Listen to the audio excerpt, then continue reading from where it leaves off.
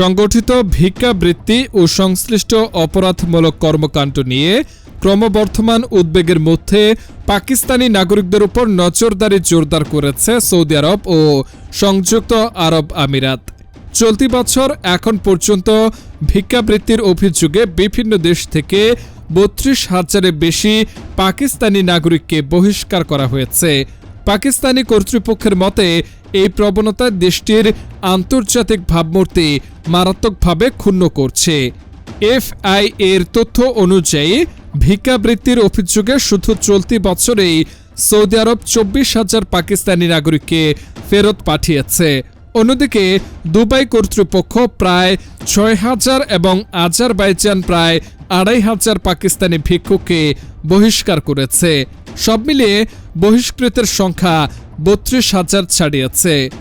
এদিকে সংযুক্ত আরব আমিরাত অধিকাংশ পাকিস্তানি নাগরিকদের ওপর ভিসা নিষেধাজ্ঞা আরোপ করেছে।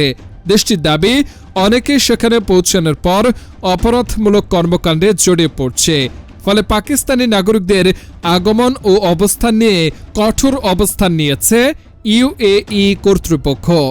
বিষয়টি গত বছরে সৌদি কর্তৃপক্ষের বিশেষ নজরে আসে।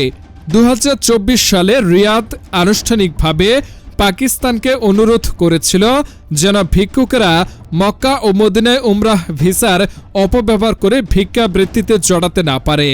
সৌদি আরবের ধর্ম বিষয়ক মন্ত্রণালয় তখন সতর্ক করে দিয়েছিল, এই চর্চা বন্ধে ব্যর্থ হলে তা পাকিস্তানের উমরাহ ও হজ যাত্রীদের জন্য বিরূপ পরিস্থিতির সৃষ্টি করতে পারে। এদিকে পাকিস্তানের আইন বিশেষজ্ঞরা বিষয়টি গভীরভাবে বিশ্লেষণ করছেন। গত বছর দেশটির প্রভাবশালী দৈনিক দ্য ডন এ প্রকাশিত এক লেখায় অ্যাটর্নি রাফিয়া জাকারিয়া ভিক্ষাবৃত্তিকে নিছক দারিদ্র্যের ফল নয়, বরং একটি সুসংগঠিত উদ্যোগ হিসেবে বর্ণনা করেন।